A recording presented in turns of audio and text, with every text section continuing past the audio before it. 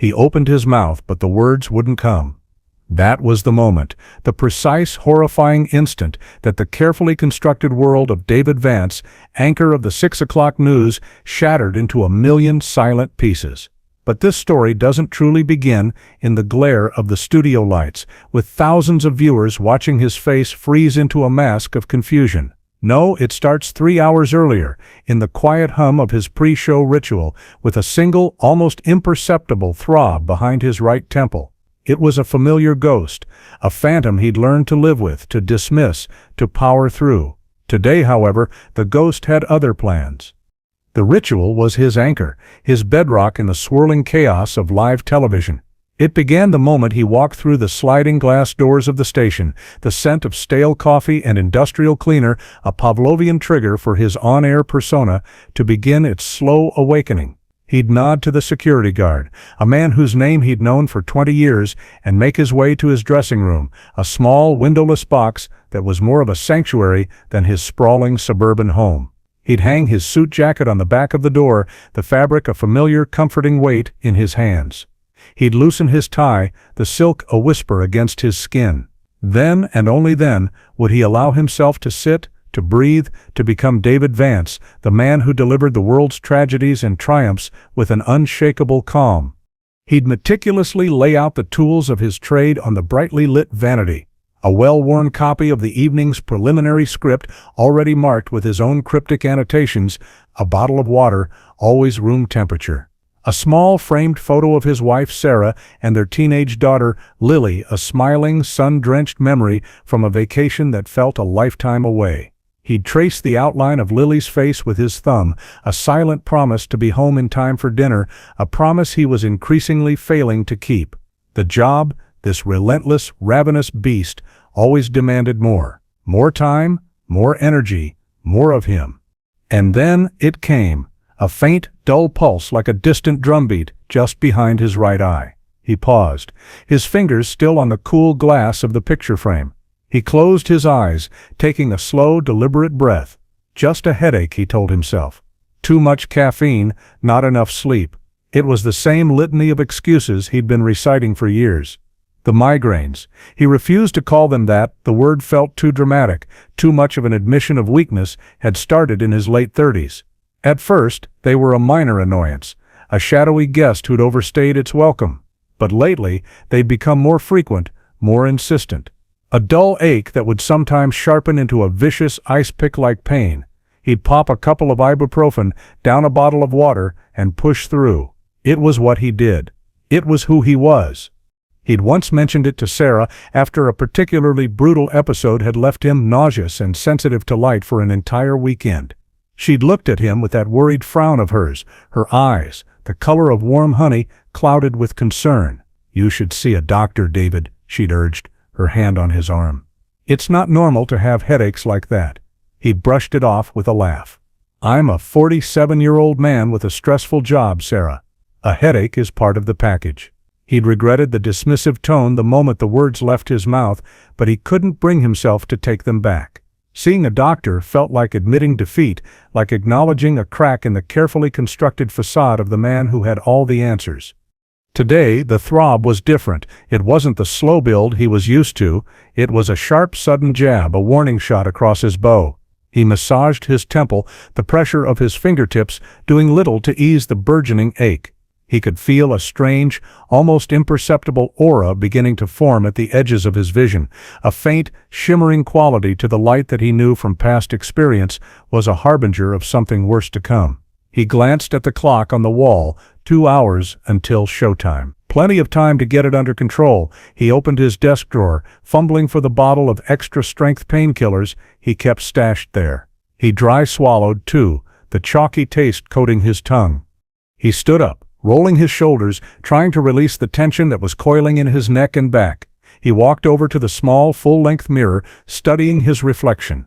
The face staring back at him was familiar, yet somehow alien. The lines around his eyes seemed deeper tonight, etched by years of sleepless nights and unrelenting pressure. His jaw was clenched, a hard, unforgiving line. He looked tired. He felt tired, a deep, bone-weary exhaustion that no amount of sleep seemed to cure. But the camera was a forgiving liar. A little makeup, the right lighting, and he'd be transformed. David Vance, the trusted voice of the city, would be ready for his close-up. He forced a smile, the expression feeling stiff and unnatural on his face. He practiced his opening line, the words, a familiar, comforting mantra. "Good evening, I'm David Vance, and this is the 6 o'clock news." The voice that came out was his own, yet it sounded distant, as if it were coming from somewhere outside of himself. The throb behind his eye pulsed in time with his words, a malevolent metronome counting down to some unseen, unknown event. He shook his head as if to clear the encroaching fog. "It's just stress," he told himself again, the words a hollow echo in the silent room. "It's just another headache." But as he stared at his own reflection, at the man he was supposed to be, a cold, unsettling question began to form in the back of his mind, a question he couldn't push away, couldn't ignore. What if this time it wasn't just another headache? What if this time the ghost had come to stay? The studio was a symphony of controlled chaos, a place where David usually felt most at home. The sharp, clean scent of ozone from the massive lighting rigs, the low hum of the servers in the control room, the clipped, professional chatter of the crew in his earpiece, it was the soundtrack of his life, the rhythm he moved to. But tonight every sound was a discordant note in a symphony of pain. The hum was a grinding drill bit against his skull. The chatter was a swarm of angry wasps, and the lights, the brilliant, unforgiving lights, were daggers of white-hot agony. He sat at the anchor desk, the polished wood cool beneath his forearms. Across from him, his co-anchor, a bright, ambitious young woman named Chloe, was laughing at something their sports reporter was saying. David tried to smile, to join in the easy camaraderie, but the effort felt monumental. The right side of his face felt thick, stiff, as if it were carved from wood. He touched his cheek, the sensation of his own fingers against his skin distant and muted. The shimmering aura at the edge of his vision was no longer a gentle glimmer. It was a full-blown kaleidoscope of fractured light, a psychedelic storm that was making it difficult to focus on the teleprompter. "David, you with us?" It was Mark, their director, his voice a disembodied boom in David Sipp's earpiece. "Sound check in 30. David fumbled for the button on his microphone pack. "Ready when you are, Mark." His own voice sounded slurred to his ears, the words thick and clumsy like wading through mud. He glanced at Chloe. Had she noticed? She was scrolling through her phone, a small, self-satisfied smile on her face, probably checking her social media mentions. She was a rising star, a digital native who understood the modern media landscape in a way David never would. He was the old guard, the seasoned veteran. But tonight he felt like a relic, a crumbling statue about to be toppled from its pedestal. The throb behind his eye had now morphed into a relentless pounding hammer. With every beat of his heart, a fresh wave of pain crashed against his skull. A cold sweat broke out on his forehead, and a wave of nausea rolled through his stomach. He gripped the edge of the desk, his knuckles turning white. He had to hold it together, just for another hour. One more hour, and he could go home, crawl into his darkened bedroom, and let the pain consume him. But the clock on the studio wall seemed to be mocking him, its second hand moving with an agonizing slowness. "All right, David, let's get a level from you." Mark Setz's voice crackled in his ear. "Read the first line of the prompter." David squinted, the words on the screen swimming in and out of focus. "Good evening." He paused, the simple words feeling like a foreign language on his tongue. He could see the letters, he knew what they meant, but he couldn't seem to make his mouth form the correct shapes. It was as if the connection between his brain and his mouth had been severed, the wires cut. He tried again. "Good, even." The sound that came out was a garbled mess, a caricature of his own voice. A sudden, sharp silence fell over the studio. The crew, usually a whirlwind of activity, had frozen. All eyes were on him. He could feel their stares, a physical weight pressing down on him. Chloe was no longer looking at her phone. She was staring at him, her eyes wide with a mixture of confusion and something else, something he couldn't quite decipher. Was it pity, or was it opportunity? "David?" Mark Sepp's voice was laced with a new urgency. "You all right, man?" David wanted to answer, to reassure them, to tell them it was just a migraine, that he was fine, but the words were trapped, locked away in some inaccessible part of his brain. He opened his mouth, but only a dry, rasping sound emerged. Panic, cold and sharp, began to rise in his chest. This was not a migraine. This was something else. Something terrifying. He felt a strange tingling sensation spread down his right arm, a cascade of pins and needles that left his hand feeling numb and useless.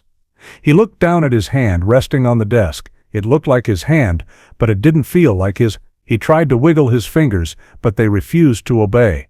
The room began to spin, the lights blurring into long, streaky lines of color. The faces of his colleagues swam before his eyes, their expressions a mixture of concern and alarm.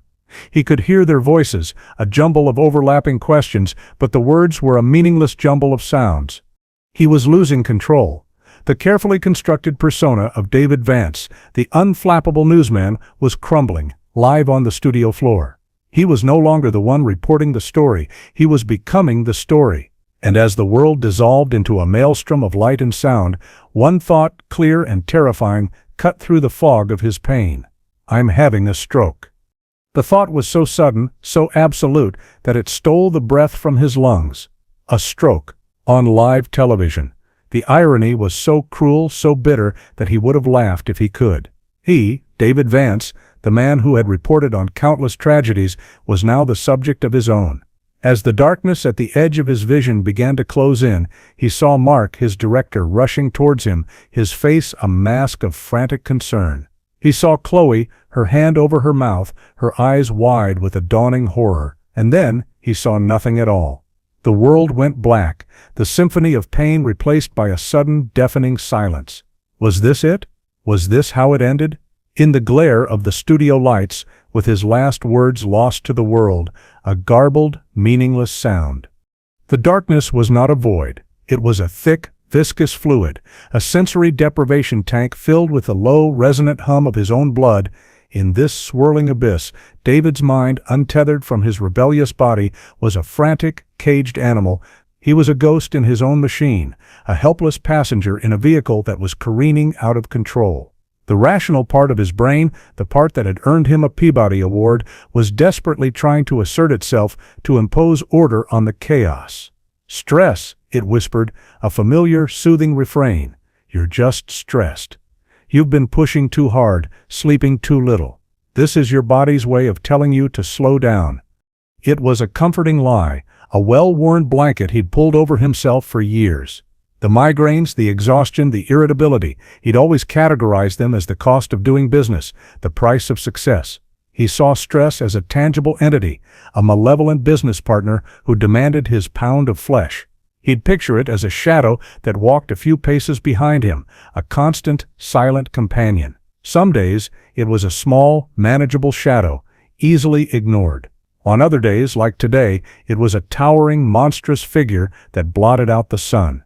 He'd always taken a perverse pride in his ability to function under pressure, to thrive in the eye of the storm. He'd reported from war zones, from the heart of hurricanes, from the smoldering ruins of terrorist attacks. He'd looked into the face of human suffering and had not flinched. He'd built a career on his ability to remain calm, to be the steady, authoritative voice in a world of chaos. But now, the chaos was inside him. The enemy was not some external force he could report on, analyze, and explain away. The enemy was his own body, his own mind. He tried to cling to the rationalizations, to the familiar excuses. The deadline for the special investigative report is looming. Lily's college applications are a nightmare. The ratings are down 3 points this quarter. He threw these thoughts into the darkness, like flares into a bottomless pit, hoping they would illuminate a way out. But the darkness swallowed them whole. Because deep down, in a place he rarely dared to visit, he knew this was different. This was not the familiar ache of a stress-induced migraine. This was a fundamental betrayal. The sensory metaphors his mind had once used to describe his pain now felt woefully inadequate. A headache was a hammer, a drill, an ice pick, but this was a complete system failure. The control panel of his brain was a mess of sparking wires and broken circuits. The operator, his consciousness was locked out, banging on a door that would not open. He could hear the muffled sounds of the outside world, the frantic voices of his colleagues, but he couldn't respond. He was a prisoner in the silent theater of his own skull. He remembered a story he'd once covered years ago. A deep-sea diver whose equipment had malfunctioned, leaving him trapped on the ocean floor. The diver had spoken of the terrifying silence, the crushing pressure, the feeling of being utterly alone in a hostile alien world. That's what this felt like. He was at the bottom of a deep, dark ocean, the weight of the water pressing in on him, his lifeline to the surface severed. A memory, sharp and unwelcome, pierced the fog. His father, a man he'd always seen as invincible, a stoic, hard-working man who'd never taken a sick day in his life. David had been a teenager, home from college for the summer. He'd found his father in the garden, staring blankly at a row of tomato plants, one side of his face slack and drooping, his speech a slurred, incomprehensible jumble. A stroke, the doctors had said. A massive one. His father had spent the last 10 years of his life in a wheelchair, a ghost in his own machine, his brilliant mind trapped inside a body that would no longer obey. David had pushed the memory away, buried it deep, but now it was back, a terrifying premonition. Was this his legacy? To follow in his father's footsteps, to become a silent, helpless observer in his own life? The thought was so horrifying that it jolted him, a surge of adrenaline that momentarily cleared the darkness. He had to fight. He had to get back. He focused all of his will, all of his energy, on one simple task, moving his hand. He pictured his fingers curling and uncurling. He sent the command again and again, a desperate, silent scream from his mind to his muscles, move. For an eternity, there was nothing, just the low hum of his own blood, the thick, suffocating darkness, and then a flicker, a twitch in his index finger. It was a tiny, almost imperceptible movement, but it was enough. It was a spark in the darkness, a sign of life. Hope, fierce and desperate, surged through him. He wasn't gone, he was still in there. He was still fighting. He focused on the twitch, nurturing it, willing it to grow. The tingling sensation in his arm began to recede, replaced by a dull, heavy ache. He could feel the cold tile of the studio floor against his cheek, the rough texture of the carpet against his hand. The muffled voices were becoming clearer. More distinct, he could make out Mark's voice, close to his ear, shouting his name. He could hear Chloe, her voice high and strained, talking to someone on the phone. Yes, an ambulance, right now. The darkness was beginning to recede, the thick fluid draining away, replaced by the harsh, familiar glare of the studio lights. The world was coming back, piece by painful piece, but the terror remained. A cold, hard knot in the pit of his stomach. He had come back from the brink, but he knew, with a chilling certainty, that he was not the same man who had sat down at that desk an hour ago. Something was broken. Something was fundamentally wrong. And as the wail of a distant siren grew louder, a new, more terrifying question began to form in his mind. He had survived the silence. But what if the silence had not survived him? What if he had brought a piece of it back with him, a permanent ghost in the machine? The night before the silence was a study in deceptive normalcy, a perfectly composed photograph that gave no hint of the earthquake to come. It was Wednesday, his one early night of the week, a small island of domesticity in a sea of deadlines and breaking news. He'd pulled into his driveway just as the sun was beginning to set, painting the sky in lurid streaks of orange and purple. He'd sat in his car for a moment, the engine ticking as it cooled, and watched the lights of his house flicker on, one by one. It was a scene of perfect suburban tranquility, a life he had worked his entire career to build. So why did he feel like a stranger peering in through a window? He walked through the front door, the smell of roasted chicken and garlic bread, a warm, welcoming embrace. Sarah was in the kitchen, a smudge of flour on her cheek, a glass of white wine in her hand. She smiled when she saw him, a genuine, unguarded smile that still, after 22 years of marriage, had the power to take his breath away. "You're home," she said, her voice a soft, gentle melody that was the complete antithesis of the harsh, demanding world he'd just left behind. "Lily's setting the table. She has something she wants to talk to you about." David felt a familiar pang of guilt. He'd missed the last 3 family dinners, held captive by a developing story about a city council scandal. He'd promised Lily he'd help her with her college essay, but the nights had bled into mornings, and the promise had been broken. He'd become a master of the grand gesture, the extravagant vacation, the expensive gift to compensate for the small, everyday moments he was missing. But he knew in the quiet, honest hours of the night that it wasn't enough. Dinner was a lively affair, a carefully choreographed dance of family life. Lily, a vibrant, intelligent 17-year-old with her mother's eyes and his stubborn chin, talked animatedly about her day. She was a whirlwind of teenage energy, her conversation a rapid-fire succession of school gossip, social media drama, and a passionate, well-reasoned argument for why she should be allowed to go to a music festival with her friends next month. David listened, laughed in all the right places, and tried to push the lingering throb behind his eye to the back of his mind. It was there, a low, persistent hum, the background noise to his life. "So, Dad," Lily said, her tone shifting from playful to serious, "my essay. The one for the journalism scholarship." She looked at him, her gaze direct and unwavering. "It's due on Friday. I was hoping you could look it over tonight." "Of course, sweetie," he said, the words coming out a little too quickly, a little too brightly. "I'd love to." Later that evening, he sat at the dining room table, Lily's laptop open in front of him. The essay was good. More than good, it was brilliant. It was a passionate, insightful piece about the role of journalism in a post-truth world. It was everything he'd once believed in, before the cynicism and the ratings wars had chipped away at his idealism. But as he read, a strange, unsettling feeling began to creep over him. Aphasia of the soul. He knew what he wanted to say, the advice he wanted to give her, but the words felt hollow, inauthentic. Who was he to mentor this bright, passionate young woman, to guide her into a world that had so thoroughly broken him? The throb behind his eye was getting worse, a sharp, insistent pulse that was making it difficult to concentrate. He could feel a familiar tension coiling in his shoulders, the muscles in his neck as tight as piano wire. He stood up, walking into the darkened living room. He stood in front of the large bay window, looking out at the quiet, sleeping street.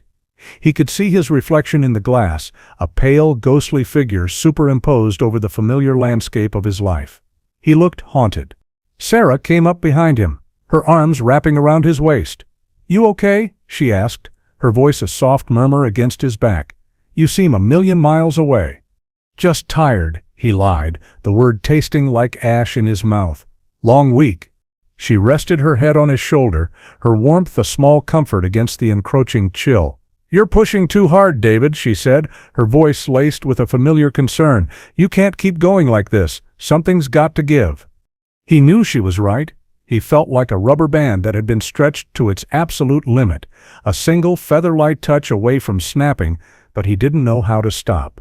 He didn't know how to be anyone other than David Vance, the man who had all the answers. Admitting that he was struggling, that he was in pain, felt like a betrayal of everything he had ever been. "I'll be fine," he said, his voice a hoarse whisper. "I just need to get through this week."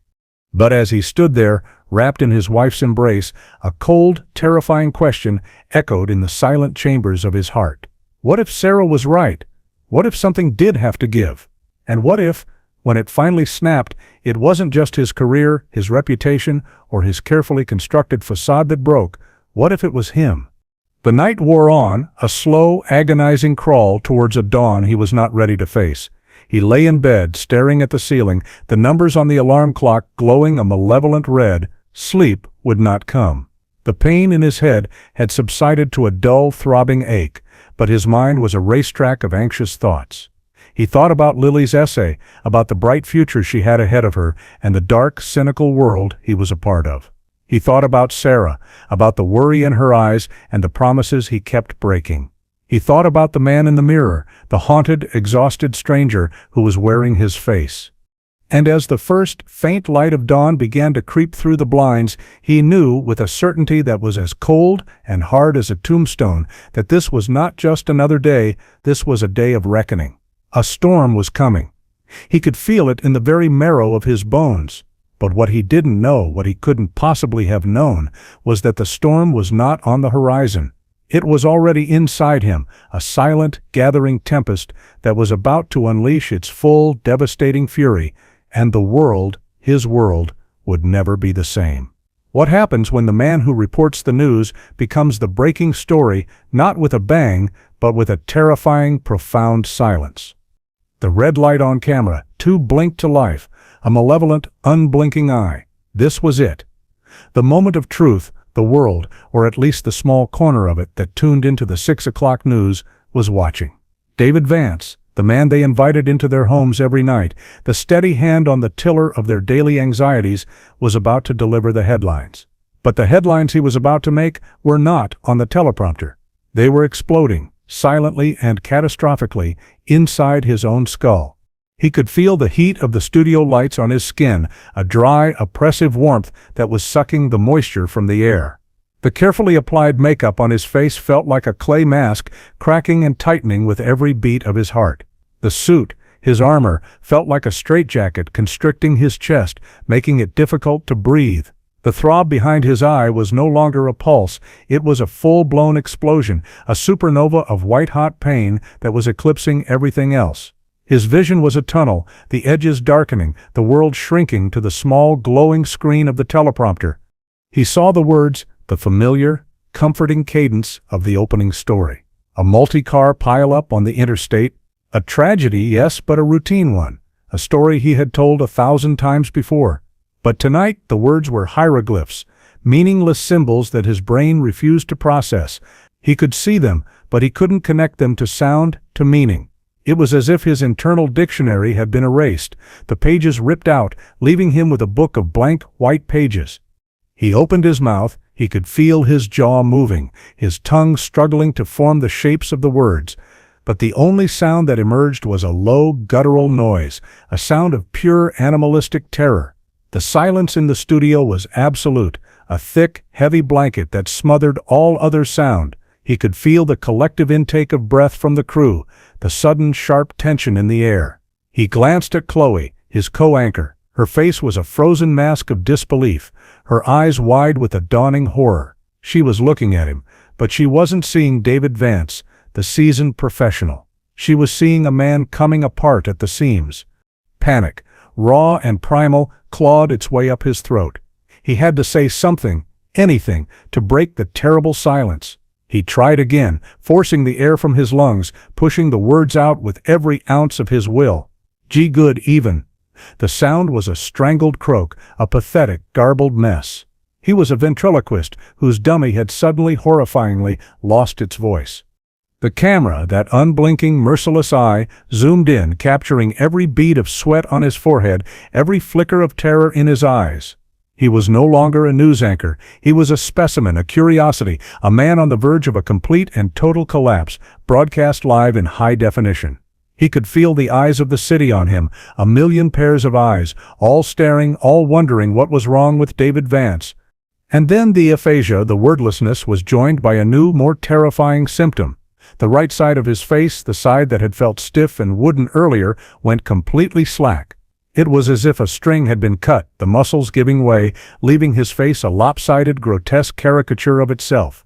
He could feel his right eye drooping, his mouth pulling down into a grimace. He tried to smile, to reassure the world, to reassure himself that this was just a momentary lapse, a technical difficulty. But the smile was a hideous, lopsided sneer. He looked at his right hand, resting on the desk. It was no longer his hand, it was a foreign object, a piece of meat that was attached to his arm but was no longer under his control. He watched, with a detached, clinical horror, as his fingers began to curl inward, his hand clenching into a tight, spastic fist. The tingling sensation was back, a firestorm of pins and needles that was racing up his arm, across his chest, and down his right leg. The world was tilting, the studio floor slanting at a crazy angle. The lights were spinning, blurring into a dizzying carousel of color. He could hear a high-pitched ringing in his ears, a sound that was drowning out the frantic, disembodied voices in his earpiece. He was falling, not just from his chair, but from his life. He was plunging into a dark, silent abyss, and there was nothing to hold on to. He saw Mark, his director, a blur of motion at the edge of his vision. He saw the panicked faces of the crew as they scrambled, their controlled chaos replaced by genuine unscripted fear, and then he saw the teleprompter go black. The words were gone. The connection was severed, and in the final fleeting moment of consciousness, as the darkness closed in, he thought of Lily. He thought of her essay, of the bright, hopeful future she was writing for herself, and he thought of the promise he had made her. The promise he had broken. Now I ask you, what would you do?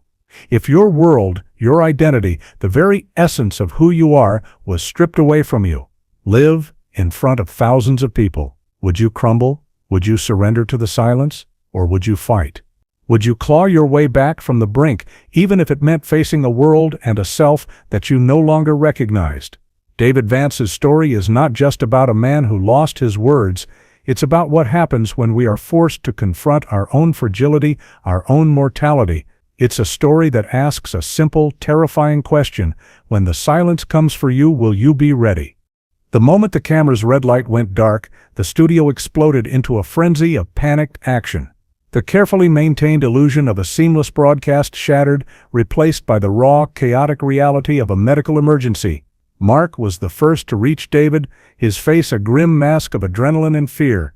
He knelt beside the anchor desk, his hands hovering over David's slumped form, unsure of what to do. "David, can you hear me? Squeeze my hand if you can hear me," he yelled, his voice strained, a stark contrast to the calm, authoritative tone he used in the control room.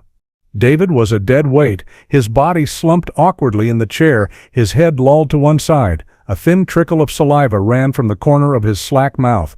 His eyes were open but unfocused, staring blankly at a future he could no longer see.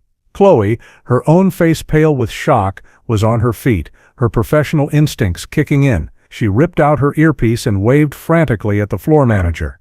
"Get a medic, now, and someone call 911.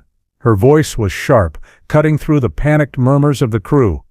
The floor manager, a young man named Ben, who usually spent his evenings worrying about lighting cues and camera angles, was already on his phone, his voice a tight, high-pitched squeak as he relayed the information to the emergency dispatcher. "Yes, an adult male, 47. He's unresponsive. I think he had a stroke." The word hung in the air, a terrifying, unspoken fear that was now given voice. Two stagehands, burly men who usually moved set pieces and heavy equipment, carefully eased David out of his chair and onto the floor. They loosened his tie, unbuttoned his collar, and placed him in the recovery position, their movements clumsy but gentle. The studio, a place of manufactured drama, was now the scene of a very real, very human tragedy. The carefully constructed artifice of the news had been stripped away, leaving behind the raw, messy reality of life and death. David was floating in a sea of disjointed sensations. He could feel the rough texture of the carpet against his cheek, the cool draft from the air conditioning on his skin. He could hear a cacophony of sounds, the frantic, overlapping voices of his colleagues, the distant, approaching wail of a siren, the frantic beating of his own heart, but it was all a jumble, a sensory overload that his brain couldn't process. He was trapped in the wreckage of his own mind, a silent observer of the frantic efforts to save him. He felt a hand on his wrist, fingers pressing against his pulse point. He smelled the sharp, antiseptic scent of an alcohol wipe. He heard a calm, professional voice cut through the chaos. "Sir, can you open your eyes for me? My name is Maria. I'm a paramedic." A bright light shone in his eyes, first the left, then the right. He tried to flinch away, but his body would not obey. He was a puppet with severed strings. The paramedics were a whirlwind of efficient, practiced motion. They strapped an oxygen mask over his face, the cool, humid air a welcome relief. They attached electrodes to his chest, the small, circular pads cold against his skin. They inserted an IV into his left arm, the sharp prick of the needle, a distant, almost imperceptible sensation. He was no longer David Vance, respected news anchor. He was a patient, a collection of symptoms, a medical emergency to be managed. As they loaded him onto the gurney, he caught a glimpse of his own reflection in the darkened screen of a monitor. The face staring back at him was a stranger's. A distorted, lopsided mask, the right side drooping, the eye half closed, the mouth twisted into a permanent, silent grimace. A wave of nausea, so profound it was almost dizzying, washed over him. This couldn't be him. This couldn't be his face. The gurney was moving, rolling through the labyrinthine corridors of the news station. He saw the blurred faces of his colleagues, their expressions a mixture of pity and morbid curiosity. He saw the security guard from the front desk, his usual jovial expression replaced by one of genuine alarm. He was the breaking story now, the lead item in a news cycle that was about to go viral. As they wheeled him out into the cool night air, the flashing lights of the ambulance painted the world in strobing flashes of red and white. He saw a crowd of onlookers, their faces illuminated by the glow of their cell phone screens. They were filming him, capturing his moment of ultimate vulnerability for posterity. The irony was a bitter pill to swallow. He had spent his entire career on the other side of the camera, the detached observer, the narrator of other people's tragedies. Now, he was the spectacle. The ambulance doors closed, shutting out the world. The siren wailed, a mournful rising cry that was the soundtrack to his new, terrifying reality. Inside the cramped, brightly lit space, a paramedic was taking his blood pressure, her voice a calm, reassuring murmur. "Your pressure is high, sir. We're taking you to the best stroke center in the city. They'll take good care of you." Stroke. The word echoed in the silent chambers of his mind. It was no longer a suspicion, a whispered fear. It was a reality. And as the ambulance sped through the city streets, a new, even more terrifying thought began to take hold.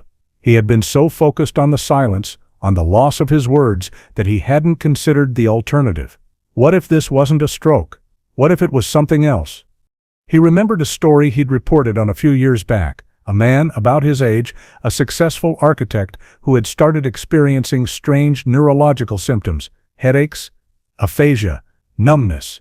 The doctors had thought it was a series of mini-strokes, but they had been wrong.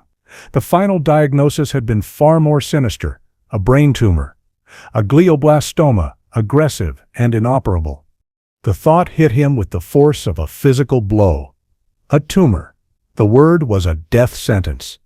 It was a dark, insidious predator, growing silently in the recesses of his brain, slowly, methodically taking him apart piece by piece. The silence, the aphasia, the facial droop, they weren't just the symptoms of a stroke, they were the calling cards of something far more terrifying. As the ambulance pulled into the emergency bay, David's mind, which had been a sea of confused, disjointed sensations, was suddenly terrifyingly clear.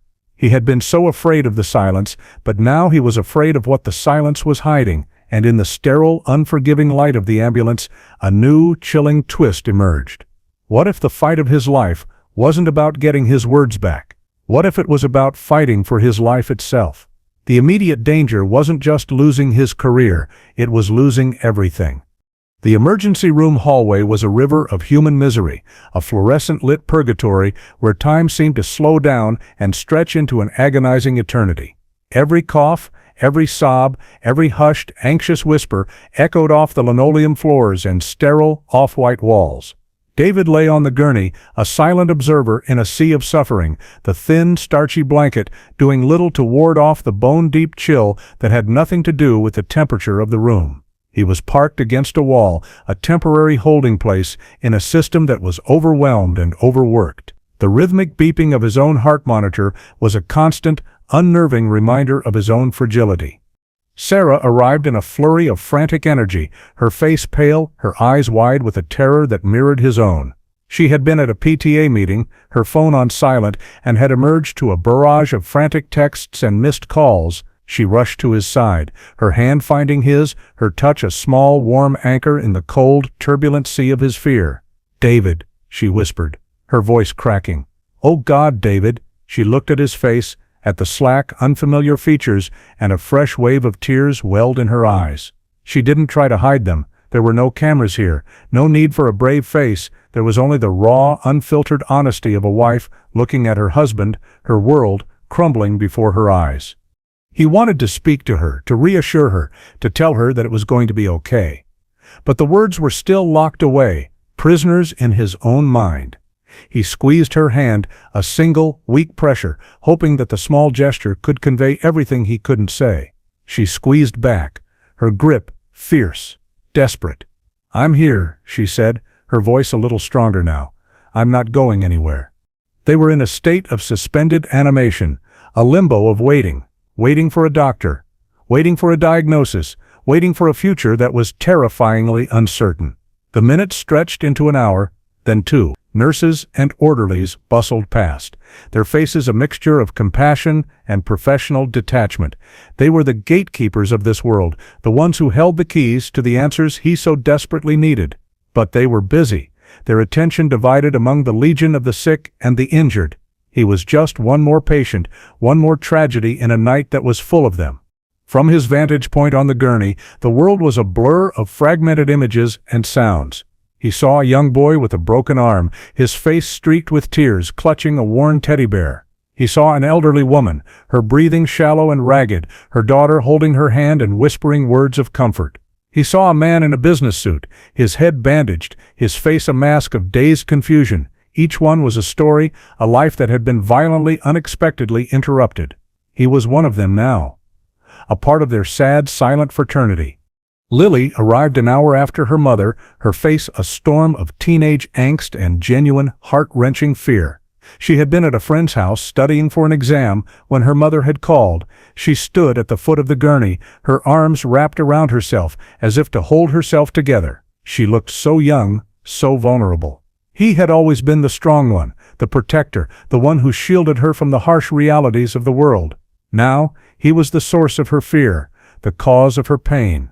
The guilt was a physical weight, pressing down on his chest, making it even harder to breathe.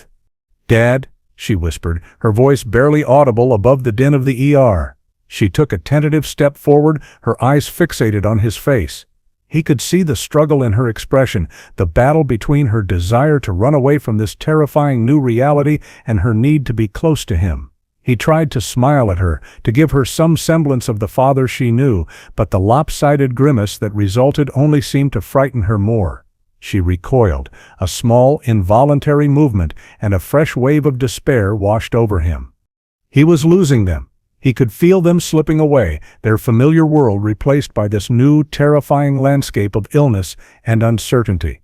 He was no longer the husband, the father, the man they knew. He was a patient, a problem, a source of fear and anxiety. The silence was no longer just about the loss of his words. It was about the loss of his identity, his role in the family, his place in the world. A doctor finally appeared, a young woman with tired eyes and a kind, compassionate face. She introduced herself as Dr. Eris, a neurologist. She had reviewed his preliminary scans, the ones they had taken when he first arrived. She spoke in calm, measured tones, her voice a stark contrast to the chaos that surrounded them. She explained that he had experienced a transient ischemic attack, a TIA, a temporary blockage of blood flow to the brain. A warning shot. "The good news," she said, her gaze shifting from Sarah to Lily and then finally to him, "is that the blockage appears to have resolved itself. The blood flow has been restored. That's why you've regained some movement, why you're conscious and aware." A small flicker of hope ignited in the darkness. A TIA, a warning, not a full-blown stroke, not a tumor. He wasn't dying, he wasn't going to end up like his father. The relief was so profound, so overwhelming, that it brought tears to his eyes. They were tears of gratitude, of a second chance he hadn't thought he would get. But then Dr. Eris's expression grew more serious. "The bad news," she continued, her voice gentle but firm, "is that a TIA is often a precursor to a major stroke. It's a sign that something is seriously wrong. We need to find out what caused this. We're admitting you for observation and a full battery of tests. We need to look at everything, your heart, your carotid arteries, the blood vessels in your brain." The flicker of hope dimmed, replaced by a new, more insidious fear. The immediate crisis was over, but the war was just beginning. The TIA was not the end of the story. It was the beginning of a new chapter, one that would be filled with tests, with uncertainty, with the constant, looming threat of a more catastrophic event. He looked at Sarah, at the new fear that was dawning in her eyes. He looked at Lily, at the way she was chewing on her lower lip, a nervous habit she'd had since she was a little girl. He had been given a reprieve, a second chance, but it was a conditional one. The ghost in the machine had not been exorcised. It had merely retreated into the shadows, waiting for its next opportunity to strike. And as Dr. Eris walked away, her words hanging in the air like a death sentence, a single, terrifying question remained. They knew what had happened, but why? What was the ticking time bomb hidden deep inside him, and when would it go off again? The next 36 hours were a blur of sterile rooms, humming machines, and disembodied voices. David was a ship in a dry dock, being prodded, scanned, and analyzed by a team of specialists who were trying to find the source of the storm that had nearly sunk him. He was subjected to an alphabet soup of medical procedures, an MRI that encased him in a narrow, clanging tube, an MRA that mapped the blood vessels in his brain with a glowing radioactive dye, an echocardiogram that explored the hidden chambers of his heart with silent, probing waves of sound. With each test, the anxiety grew, a cold, metallic taste in the back of his throat. He felt like a suspect in his own criminal investigation, his body the scene of the crime, the evidence hidden somewhere in the intricate, fragile network of his own veins and arteries. Sarah was his constant shadow, his advocate, his rock. She rarely left his side, sleeping fitfully in the uncomfortable vinyl chair next to his bed. She had a notepad where she meticulously wrote down every piece of information, every medical term, every question she wanted to ask. She had transformed from a worried wife into a fierce, determined warrior ready to do battle with whatever invisible enemy was lurking inside him. Lily came and went, her visit short, her presence a mixture of love and a teenage awkwardness in the face of such overwhelming adult fear. She would sit by his bed, scrolling through her phone, occasionally reading him a funny meme or a piece of celebrity gossip, a desperate attempt to inject some normalcy into their fractured reality. His speech was slowly, painstakingly beginning to return. It was a frustrating, arduous process. The words were there in his mind, but getting them out was like trying to navigate a dense, thorny forest. He would start a sentence, only to have the words get stuck, the connection between his brain and his mouth a frustratingly broken circuit. The aphasia was like a cruel, invisible gag, leaving him feeling helpless and infantilized. He, a man who had made his living with words, was now reduced to a halting, childlike stammer. The facial droop had subsided, but a lingering weakness remained, a subtle asymmetry that was a constant, visible reminder of his own vulnerability. Finally, on the second day, Dr. Aris returned, a thick file in her hands. She pulled a chair up to his bedside, her expression calm, professional, but with an underlying seriousness that made his heart pound against his ribs. Sarah sat on the edge of the bed, her hand on his, her knuckles white. This was it. The verdict. "We have the results of your tests," Dr. Aris began, her voice even, "and we found the cause of your TIA." She opened the file, revealing a series of black and white images, intricate, branching maps of his own internal landscape. "You have a condition called carotid artery stenosis. Specifically, a severe stenosis in your right internal carotid artery." The words were a jumble of medical jargon, but the tone of her voice was unmistakable. This was serious. "In layman's terms," she continued, pointing to a shadowy area on one of the scans, "the main artery that supplies blood to the right side of your brain is severely narrowed. There's a significant buildup of plaque, a combination of cholesterol, fat, and other substances. We believe a small piece of that plaque broke off, traveled to your brain, and caused the temporary blockage, the TIA." She paused, letting the information sink in. A traffic jam in his own artery. A plumbing problem that had nearly caused a catastrophic flood. The mundane, almost banal nature of the diagnosis was a stark contrast to the terror of the experience. It wasn't a tumor. It wasn't some rare, untreatable disease. It was plaque. The same stuff his family doctor had been warning him about for years, the stuff he'd always associated with old age, with a sedentary lifestyle, with a diet of fast food and fried chicken. He, David Vance, the man who ran 5 miles a day and ate salads for lunch, had a clogged pipe in his neck. "What does that mean?" Sarah asked, her voice a tight whisper. "What do we do?" "It means we have to treat it," Dr. Aris said, her gaze firm, unwavering, "and we have to treat it aggressively. A TIA is a major warning sign.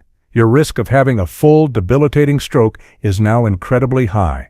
We're talking a 50-50 chance in the next few months if we do nothing." 50-50. The odds of a coin toss. The rest of his life, his ability to speak, to walk, to think, reduced to a game of chance. The fear was a cold, constricting band around his chest. "There are 2 options," Dr. Aris explained. "The first is medical management. aggressive medication therapy to lower your cholesterol, control your blood pressure, and thin your blood to prevent clots. The second option is surgical. She pointed to another image, a diagram of a medical procedure. It's called a carotid endarterectomy. A surgeon goes in, opens up the artery, and physically removes the plaque. It's a common, effective procedure, but like any surgery, it has its risks. The choice was his. A lifetime of medication and the constant looming fear of a stroke or a risky, invasive surgery that could fix the problem but could also, in a cruel twist of irony, cause a stroke on the operating table. It was a choice between two terrifying futures. He looked at Sarah, at the fear and confusion in her eyes. He looked at the empty space where Lily had been sitting just an hour before, and he thought of her future, of the graduation he wanted to see, the wedding he wanted to dance at, the grandchildren he wanted to hold. He thought of his father, of the years of silence and helplessness, and he knew, with a certainty that was as clear and sharp as a shard of glass, that he would not, could not, let that be his future. He took a deep breath, the air rattling in his lungs. He looked at Dr. Aris, his gaze steady, his resolve hardening. The words were still a struggle, but he forced them out, one slow, deliberate syllable at a time. "The surgery," he said, his voice a hoarse, unfamiliar croak. "I want the surgery." It was more than a choice. It was a promise to himself, to his family, that he would not be a passive victim in his own story. He would not live in fear. He would not be defined by his fragility. He would fight, he would face the ghost in the machine, head-on, with a surgeon's scalpel and a warrior's heart. He had been given a second chance, a reprieve from the silence, and he was not going to waste it. The road ahead would be long and difficult. There would be pain, there would be fear, there would be setbacks. But for the first time since he had opened his mouth and the words had refused to come, he felt a flicker of something he hadn't felt in a very long time. Hope. He had a new story to tell, his own, and he was determined to see it through to the end. The day of the surgery was a landscape of muted colors and hushed sounds. The world was a pre-dawn gray, the hospital corridors eerily quiet, the air thick with the smell of antiseptic and anxiety. David lay on the gurney, staring at the acoustic tiles of the ceiling, a silent, repeating pattern that was both mundane and mesmerizing. He was dressed in a thin, paper-like gown, his body feeling exposed, vulnerable. Sarah walked beside him, her hand clutching his, her face a brave, stoic mask that couldn't quite hide the fear in her eyes. They didn't speak. There was nothing left to say. All the promises had been made, all the fears whispered in the dark, lonely hours of the night. Now there was only the waiting. The pre-op room was a flurry of activity, a final, choreographed dance before the main event. A nurse with kind, tired eyes checked his vitals one last time. The anesthesiologist, a calm, reassuring man with a gentle voice, explained the process of being put to sleep, of surrendering his consciousness to the care of strangers. David signed the consent forms, his hand still clumsy, his signature a shaky, almost illegible scrawl. It was a legal document, but it felt like so much more. It was an act of faith, a surrender of control, a leap into the unknown. The last thing he saw before the anesthesia took hold was Sarah's face, her love a beacon in the encroaching darkness. "I love you," he managed to say, the words clear, distinct, a final, precious gift before the silence. She leaned down and kissed his forehead, her tears warm on his skin. "I love you too," she whispered. "I'll be right here when you wake up." And then he was gone. He awoke to a world of pain and confusion, a thick, foggy disorientation that was far worse than the aftermath of the TIA. His throat was raw, a fire-breathing dragon having taken up residence in his esophagus. A thick bandage was wrapped around his neck, a tight, constricting collar that made it difficult to swallow, to breathe. The rhythmic beeping of the heart monitor was a frantic, urgent tempo, a stark contrast to the slow, steady beat he was used to. He was in the ICU, a place of constant light and sound, a place where the sickest of the sick came to fight for their lives. Sarah was there as promised, her face a blur of relief and exhaustion. Lily was there too, her eyes red-rimmed, but with a small, watery smile on her face. "You did it, Dad," she whispered, her hand finding his. "The doctor said it went perfectly." The surgery was a success. The surgeon, a woman with the steady hands of a watchmaker and the confident demeanor of a four-star general, had gone in, opened the carotid artery, and scraped out the plaque that had nearly killed him. The highway to his brain was clear. The ticking time bomb had been defused. But the battle was far from over. The war had just entered a new, more challenging phase: rehabilitation. The days that followed were a grueling, humbling marathon of small, hard-won victories. He had to learn to do everything again, to reconnect the severed wires between his brain and his body. His speech therapist, a patient, endlessly optimistic woman named Maria, became his drill sergeant, his confidant, his guide on the long road back to fluency. She would have him repeat simple words and phrases, her smile a warm encouragement every time he managed to string a coherent sentence together. She had him read aloud from children's books, the simple, rhyming prose, a stark, humbling reminder of how far he had fallen. There were days of profound frustration, days when the words would get stuck, when the aphasia would descend like a thick, suffocating fog. He would throw the book across the room, his face contorted in a mask of rage and despair.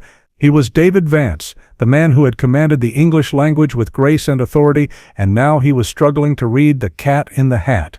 The humiliation was a bitter pill to swallow. But for every moment of despair, there was a moment of hope. The day he was able to have a full, uninterrupted conversation with Sarah, the words flowing freely, a river that had finally broken through a dam. The day he was able to read Lily's college essay aloud, his voice strong, his pride in her accomplishments, a powerful, motivating force. The day he looked in the mirror and saw not a patient, not a victim, but a survivor. His physical therapist, a no-nonsense ex-Marine named Frank, pushed him just as hard. The stroke had left him with a lingering weakness on his right side, a subtle but persistent imbalance. Frank had him doing endless repetitions of exercises designed to rebuild his strength and coordination. He would walk on a treadmill, his gait clumsy at first, his right leg dragging slightly. He would lift small weights, his right arm trembling with the effort. He would practice writing his name, his hand slowly, painstakingly, regaining its former dexterity. There were setbacks. An infection in the surgical incision that sent his temperature soaring and his spirits plummeting. A bout of depression, a black, suffocating cloud that made it difficult to get out of bed, to face another day of grueling therapy. But with every setback, he found a new reserve of strength, a new well of determination. He was fueled by the love of his family, by the unwavering support of his therapists, by his own stubborn refusal to be defeated. He started to see his world and himself in a new light. The relentless ambition, the all-consuming nature of his job, the things he had once thought were so important, now seemed trivial. He found a new appreciation for the small, quiet moments, the taste of his morning coffee, the warmth of the sun on his face, the sound of his daughter's laughter. He was no longer just a news anchor. He was a husband, a father, a man who had stared into the abyss and had come back, changed. The emotional hinge, the moment that defined his recovery, came one rainy Tuesday afternoon. He was sitting in the hospital's small, sun-drenched atrium, reading a newspaper. He came across a story about a local politician who had been caught in a corruption scandal, the very story he had been working on before his collapse. He read the words, the details of the story, and he felt nothing. The old familiar fire, the thrill of the chase, the relentless drive to get the story was gone. It had been replaced by a quiet sense of detachment. He looked up and saw Sarah watching him, a small, knowing smile on her face. "You're not him anymore, are you?" she asked, her voice soft. He shook his head, a slow, deliberate movement. "No," he said, his own voice clear, steady. "I'm not." In that moment, he knew he was ready. Not just to leave the hospital, but to start a new life. The old David Vance was gone, a casualty of the storm. But a new David Vance, a stronger, more resilient, more authentic version of himself, was ready to take his place. He was ready to go home. He was ready to face the world, and he was ready, finally, to tell his own story. The finale was not just about returning to the anchor desk, it was about returning to himself, whole and transformed. The day of his return was nothing like the day of his collapse. The air in the studio was not thick with tension, but with a palpable, almost electric sense of anticipation. The crew, his work family, greeted him not with pity but with a genuine, heartfelt warmth. There were hugs, There were handshakes, there were tears in the eyes of hardened, cynical journalists who had seen it all. He was not just a colleague returning to work, he was a symbol of hope, a testament to the resilience of the human spirit. He sat at the anchor desk, the polished wood familiar beneath his forearms. But he was not the same man who had sat there 3 months ago. The suit felt different, not an armor, but a comfortable, familiar skin. The lights were not daggers of pain, but a warm, welcoming embrace. The low hum of the studio was not a drill bit against his skull, but the familiar, comforting soundtrack of his professional life. Across from him sat Chloe. Her ambition was still there, a bright, burning fire in her eyes, but it was tempered now with a new, hard-won respect. During his absence, she had stepped up not just as a co-anchor, but as a leader. She had held the team together, her grace under pressure a source of strength for everyone. The rivalry that had once simmered between them had been replaced by a genuine, unspoken camaraderie. They were no longer competitors, they were partners.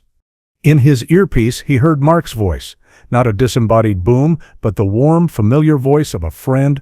"You ready for this, old man?" he asked, a playful, affectionate teasing in his tone. David took a deep breath. He looked at the teleprompter, the words clear, sharp, and blessedly, wonderfully understandable. He looked at the small, framed photo of Sarah and Lily that he had placed back on the corner of the desk. He thought of the long, arduous journey he had taken to get to this moment. The fear, the pain, the frustration, the hope. He thought of the man he had been and the man he had become. He was not just here to read the news, he was here to bear witness, to testify, to share his story. The station, in a move that was both a savvy programming decision and a genuine gesture of support, had given him the entire first segment of the broadcast. No car crashes, no political scandals, no house fires, just him, just his story. The red light on camera, too, blinked to life. The same camera, the same unblinking eye that had captured his collapse. But tonight, he was not afraid. He looked directly into the lens, not as David Vance, the news anchor, but as David Vance, the man. He was not speaking to a faceless audience of thousands. He was speaking to each and every person who had ever faced a storm, who had ever stared into the abyss, who had ever felt the cold, terrifying grip of silence. "Good evening," he began, his voice clear, strong, and resonant with a new, hard-won authority. 3 months ago, on this very set, in this very chair, I opened my mouth to speak, and the words wouldn't come. He told them everything. The years of ignoring the warning signs, of brushing off the migraines, of prioritizing his career over his health. He spoke of the terror of the on-air collapse, the frantic scramble to save him, the cold, sterile fear of the emergency room. He explained the diagnosis, the carotid artery stenosis, in simple, understandable terms. He described the surgery, the long, grueling process of rehabilitation, the small, hard-won victories that had felt like monumental triumphs. He did not shy away from the ugly parts, the fear, the depression, the humiliation. He spoke with a raw, unflinching honesty that was more powerful than any news report he had ever delivered. He was stripping away the veneer of the all-knowing news anchor and revealing the vulnerable, fragile, and ultimately resilient human being underneath. He looked at the camera, his gaze direct, unwavering. "I am one of the lucky ones," he said, his voice thick with emotion. "I got a warning shot, a second chance, a chance to change my life, to reprioritize, to become the husband and father I was always meant to be." He spoke of Sarah's unwavering love, of Lily's courage, of the doctors and therapists who had pieced him back together.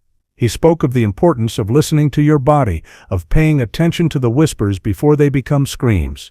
He spoke of the fragility of life and the strength of the human heart. He ended his story not with a recap of the day's headlines, but with a promise to himself and to his viewers. "I am back," he said, a small, genuine smile on his face, "and I am here to tell you that no matter how dark the storm, no matter how profound the silence, there is always hope. There is always a way back. The news can wait. Your life cannot." The broadcast ended, not with the usual dramatic orchestral theme music, but with a moment of pure, unscripted silence. In the control room, there were tears. On the studio floor, the crew was giving him a standing ovation. His story was complete. Every subplot had been resolved. His relationship with Sarah was stronger than ever. His bond with Lily was deeper, more honest. His professional rivalry with Chloe had transformed into a partnership built on mutual respect. He had returned, not just to his job but to his life. He was a changed man, a better man. The core message of his story was not about the terror of a medical emergency, but about the transformative power of a second chance. And as he sat at the anchor desk, the warm lights of the studio washing over him, he felt a profound sense of peace. He had faced the ghost in the machine, and he had won. He had found his voice again, not just the one that delivered the news, but the one that spoke his truth. The silence was gone. And in its place, there was only the beautiful, resonant, and deeply grateful sound of his own life, a life he would never again take for granted. He looked at the photo of his family, his heart full, his future bright. The breaking news was over. The living had just begun.